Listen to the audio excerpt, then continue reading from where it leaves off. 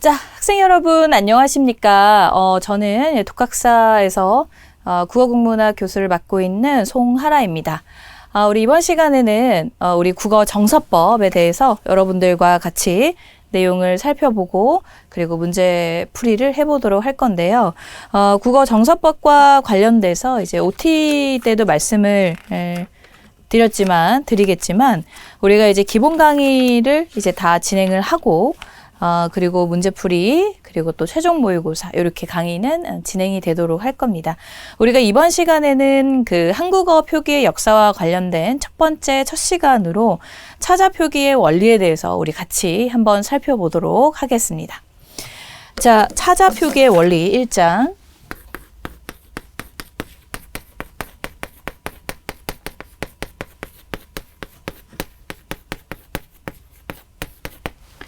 자, 차자 표기다라고 하는 것 자체가 이 차가 여러분 무슨 뜻이죠?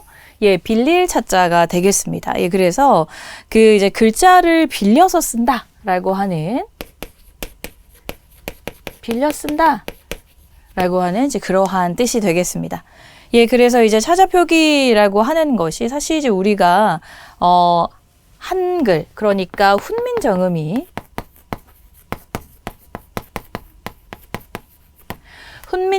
여러분 몇 년도에 창제가 되었는지 아시죠? 예, 훈민정음이 이제 그 창제와 반포의 시기가 다른데, 창제는 1443년 12월에 이제 반포가 되고, 그죠? 창제가 되고, 반포 같은 경우는 3년간의 검수 기간을 거쳐서 1446년 10월 9일, 우리가 이제 10월 9일에 한글날로 지정을 해서 여러분들 빨간 날로, 그죠? 예, 많이 쉬시죠? 예, 그래서 이제 한글날로 우리 국어에서 이렇게 한글날, 우리나라에서 이렇게 이제 공휴일로 지정하는 그러한 날은 바로 훈민정음이 만들어져서 이제 반포된 날을 한글날로 삼고 우리가 이제 공휴일로 쉬기도 합니다. 자, 어쨌든 1446년에 이제 훈민정음이 만들어지게 됐는데, 그래서 그 이후부터, 그러니까 1446년은 여러분 몇 세기죠? 15세기 중반 이후란 말이죠. 예, 그러니까 우리 이제 그 한국 사람들이 문자 생활, 즉 우리의 글로써 문자 생활을 시작을 한 것은 15세기 이후다라고 하는 걸 알 수가 있어요. 그러면 그 이전에는 나라가 없었냐? 아니요, 있었죠. 예, 우리가 이제 훈민정음이 누가 창제를 했죠? 세종대왕께서 이제 만들었다라고 하는 거는 뭐 전 국민이 다 아는 상식이죠. 그죠? 예, 그래서 세종대왕이 조선시대 왕이지 않습니까? 그러니까 그 이전에 우리의 나라가 있었죠. 그죠? 예, 그래서 신라시대, 그리고 또 그 이전 시대, 예, 그러니까 삼국시대 이전 시대들부터도 우리가 문자 생활을 이제 하기는 해왔어요. 그럼 이제 어떻게 해왔느냐에 대한 고민을 이제 해볼 필요가 있겠죠. 그게 이제 바로 이것과 관련된 이야기가 되는 거예요. 예, 그러니까 이제 우리가 실질적으로 15세기 중반 이후에 훈민정음이 창제되고 나서는 우리가 본격적으로 좀 한글로 글도 써보고 문자도 뭐 이렇게 문학도 한번 만들어 보기도 하고, 예, 그러한 이제 활동들을 많이 했지만, 그 이전에는 그러면 우리가 어떠한 언어를 통해서 어떤 것을 이제 표기를 한다거나 문자로 남겼느냐, 바로 이제 한자를 빌렸다라고 하는 걸 알 수가 있죠. 그죠? 예, 그래서 우리가 이제 여러분들이 뭐 이번 시간에 또 같이 살펴볼 내용이지만 향찰 표기라고 하는 게 있죠. 향찰. 그러니까 여러분 그 신라시대 때 우리의 문학 뭐가 있어요? 신라시대의 문학에는 바로 향가라고 하는 게 있지 않습니까? 향가. 예, 그러니까 이제 신라시대의 향가를 여러분, 그러니까 조선 이전의 향가, 문학을 뭘로 표기했을까요? 예, 그렇죠. 한자로 표기를 했단 말이죠. 그러면 한자로 표기를 하는데 어떤 방식으로 한자를 빌려서 표기를 했느냐? 바로 이제 그 어떤 한자의 음과 뜻을 빌려서 표기한 그 방식을 우리가 향찰 표기라는 말을 쓰는 거예요. 알겠죠? 자, 그러니까 이제 훈민정음이 창제되기 그 이전 시기에는 우리가 이제 이렇게 한자도 빌려서 표기를 하고, 문학으로도 향유를 했던 그러한 것들에 대해서 이제 간단하게 한번 살펴보도록 할 겁니다. 알겠죠? 그래서 어쨌든 이제 향찰 표기도 역시 차자 표기의 종류 중에 하나에 해당이 되고요. 그래서 이제 한자에 어떻게 음과 뜻을 빌려서 표기한 것을 이제 바로 향찰 표기라고 하죠. 그래서 신라의 향가 문학의 이제 표기 수단이 바로 향찰이 되겠고, 그 향찰이 바로 한자의 음과 뜻을 빌려서 표기했다라고 하는 방식이에요. 그래서 이제 그것을 우리가 차자 표기라고 한다. 그래서 이제 우리가 음을 빌린 것과 그리고 뜻을 빌린 것, 이제 두 가지에 대한 명칭이 있어요. 음을 빌린 것을 우리가 뭐라고 하냐? 음차라고 하고요. 뜻을 빌린 것을 우리가 뭐라고 하냐? 훈차라는 말을 씁니다. 알겠죠? 뜻 훈자를 써서.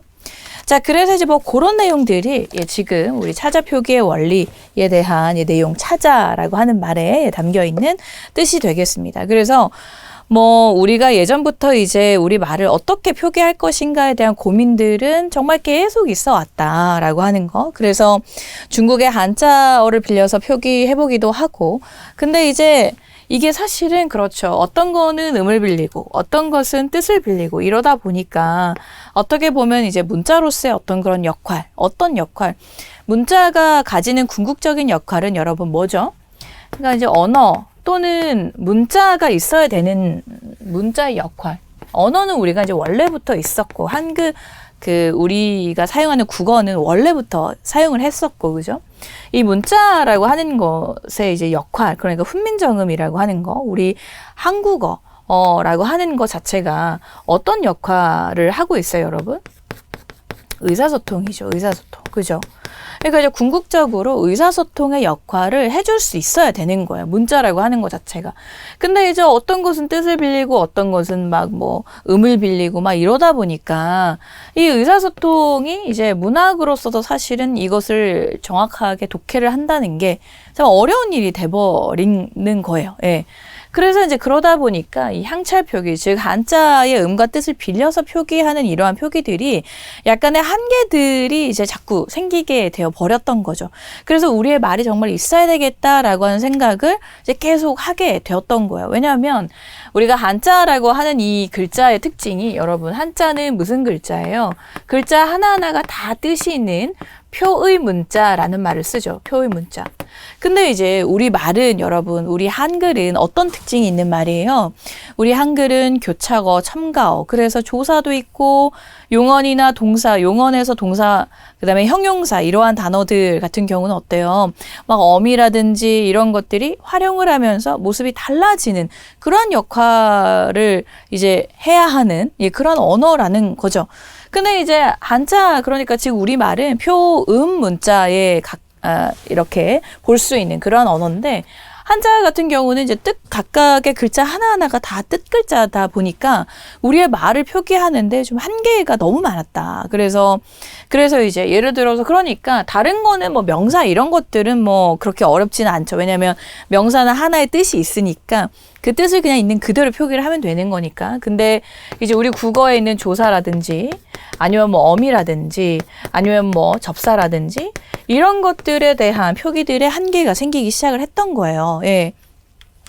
자, 그러면서 이제 우리 글이 있어야 되겠다라고 생각을 하면서 1443년에 우리 세종대왕께서 이제 한글을 창제를 하시게 되죠.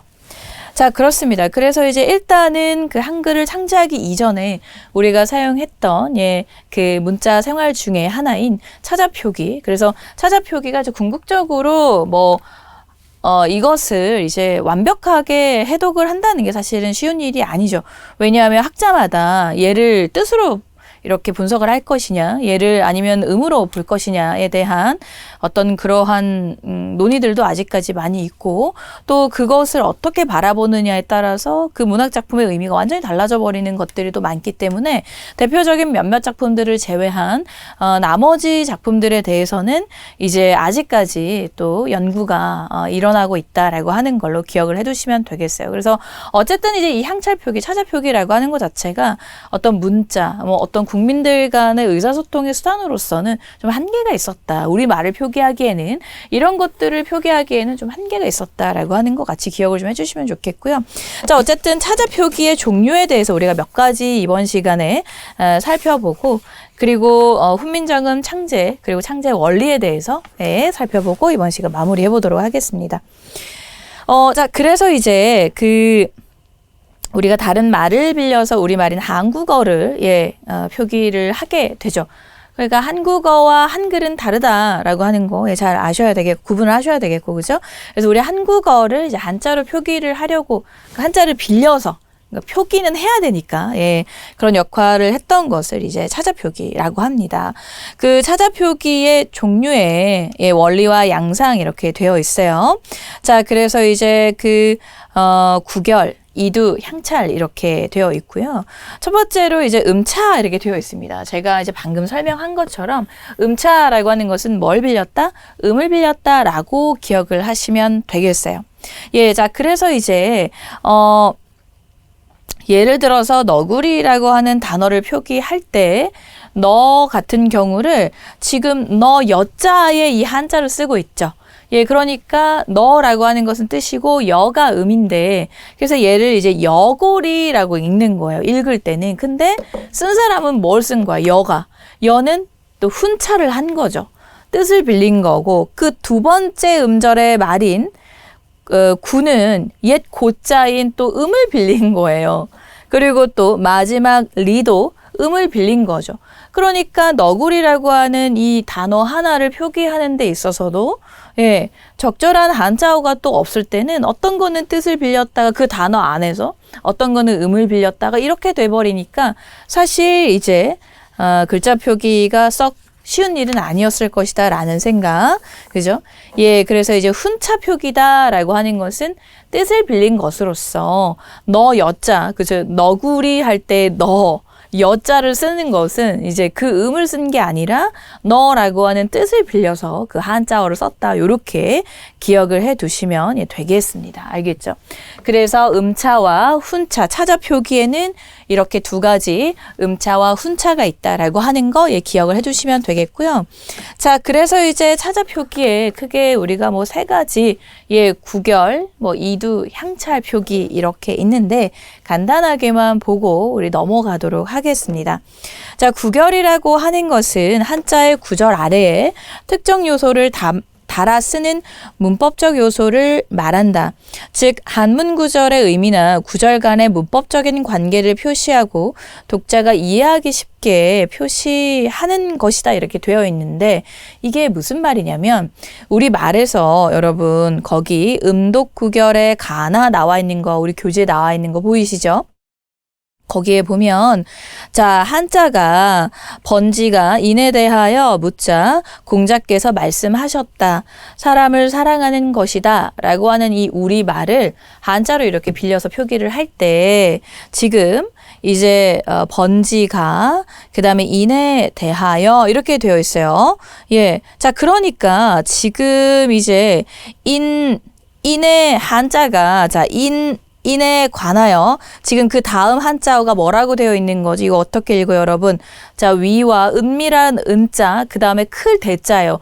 위은대 이렇게 나와 있는 한자어인데 이게 지금 이제 어디에 해당이 되는 말이냐면 대하여라고 하는 말에 해당이 되는 한자어가 없기 때문에 그거를 지금 위은대로 표기를 한 거예요.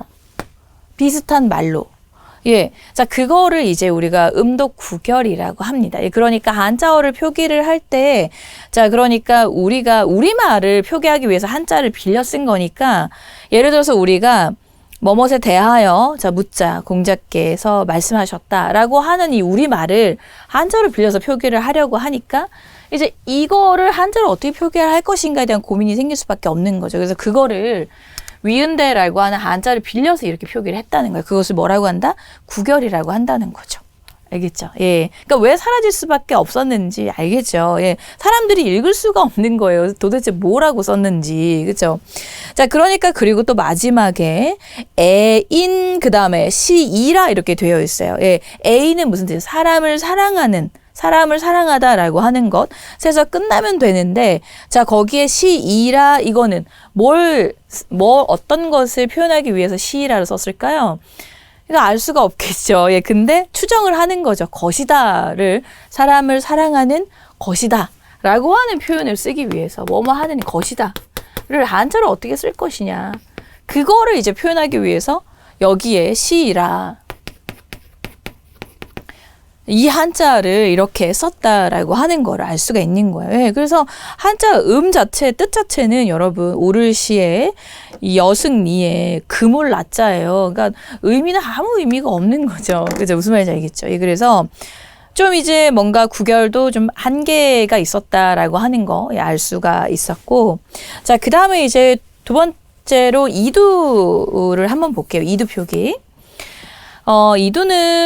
이두도 마찬가지로 한자의 음과 뜻을 빌려서 우리말을 기록했던 이제 표기법인데, 삼국시대에 이제 주로 사용이 되었고요. 다른 이름으로 뭐 이서, 이도, 이두, 이토, 이찰, 이문, 요렇게 다양한 명칭으로 예, 불리게 됩니다.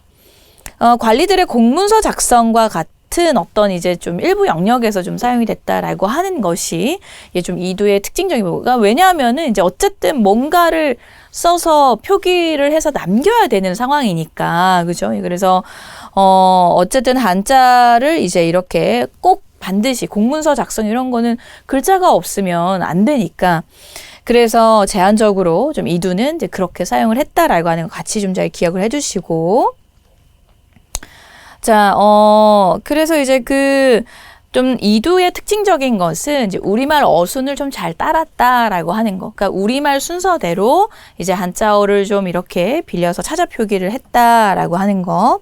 예, 그래서 이제 두 사람이 맹세하여 기록한다. 그죠? 지금, 예, 그죠? 예, 서기 이렇게 한자어가 되어 있고, 천전서 이렇게 되어 있어요. 한자어로. 그죠? 예, 그래서 천전서 하늘 앞에 맹세한다. 그러니까 이건 이제 우리말처럼 한자어를 그냥 그대로 쓰는 거예요. 무슨 말인지 알겠죠? 그래서 이두의 특징은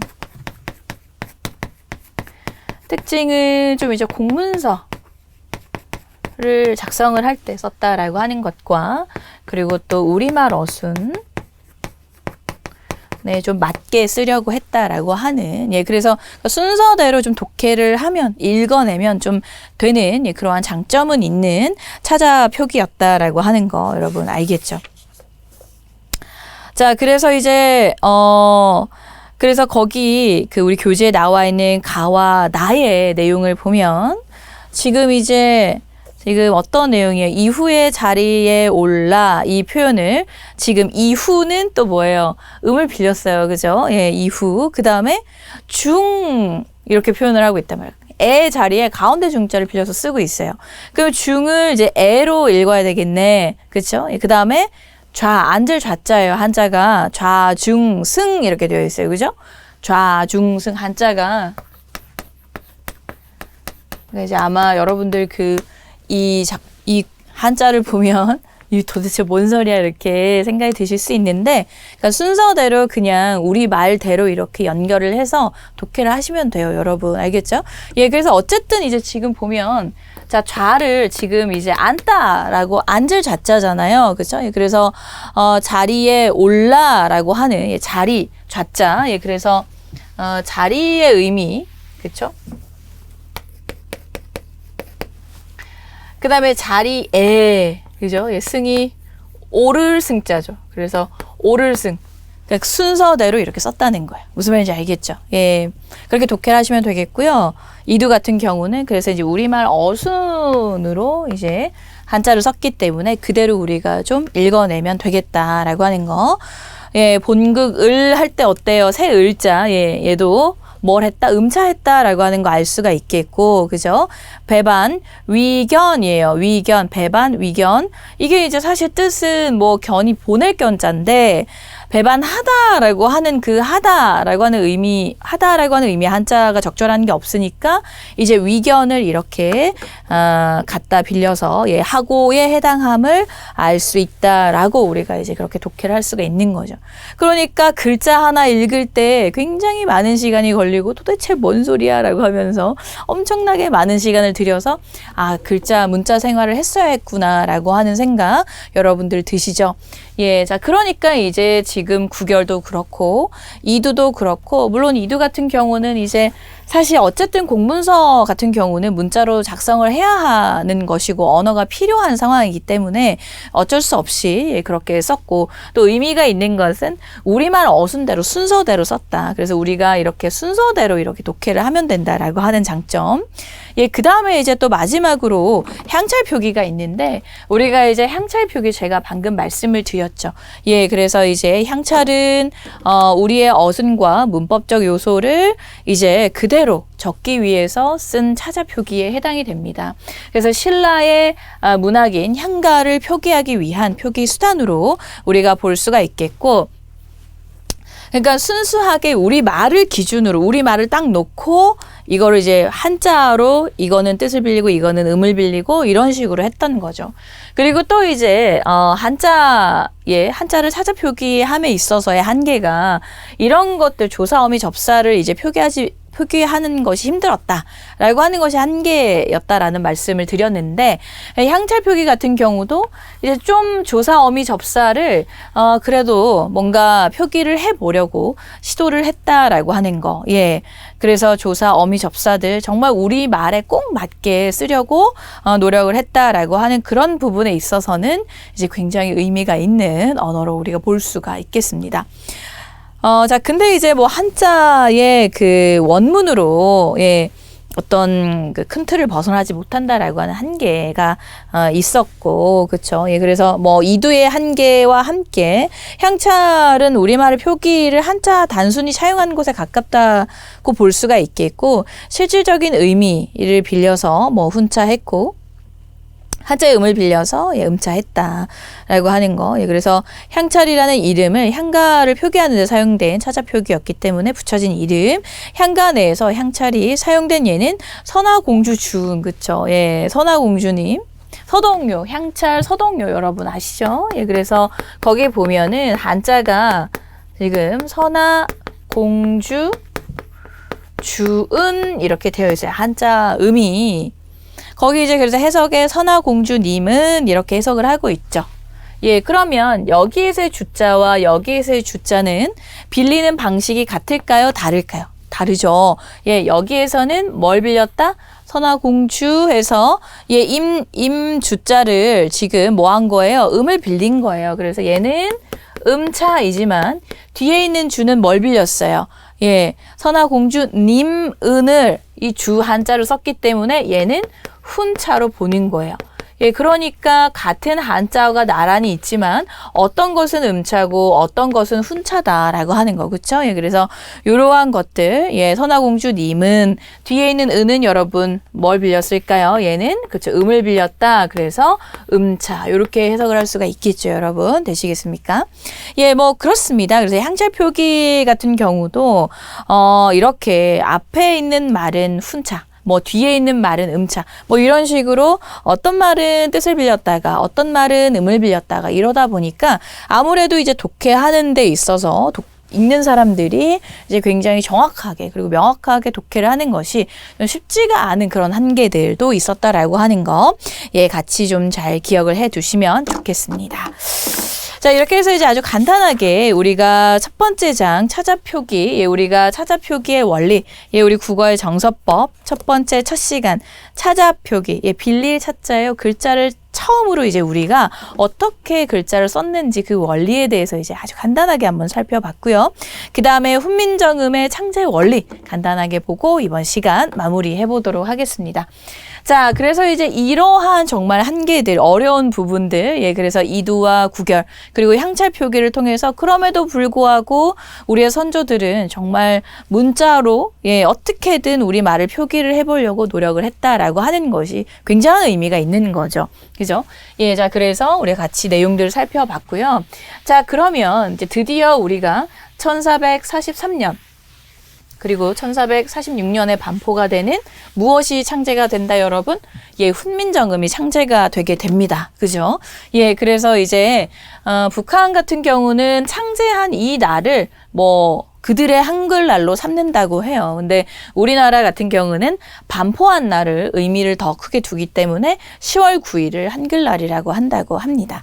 자, 그래서 이제 어쨌든 이렇게 굉장히, 그쵸, 나란 말씀이 중국과 달라 문자로 서로 뜻이 맞지 않아서 이 세종대왕께서, 그죠, 백성을 불쌍히 여겨 이렇게 새로 28자를 만드셨죠. 그죠? 예, 그래서 이제, 그렇기 때문에 28글자를, 그 만든 글자를 이제 잘 사용을 해서 편안하게 쓰시오. 라는 이제 정말 애민정신, 그리고 실용정신, 그리고 또 이제 중국으로부터 우리가 독자적인 우리의 문자, 독립을 해서 우리의 문자를 만들 것이다. 라고 하는, 어떻게 보면 이제 자주정신까지 이 언어 안에 훈민정음, 우리 한글의 언어 안에 담겨 있는 거죠.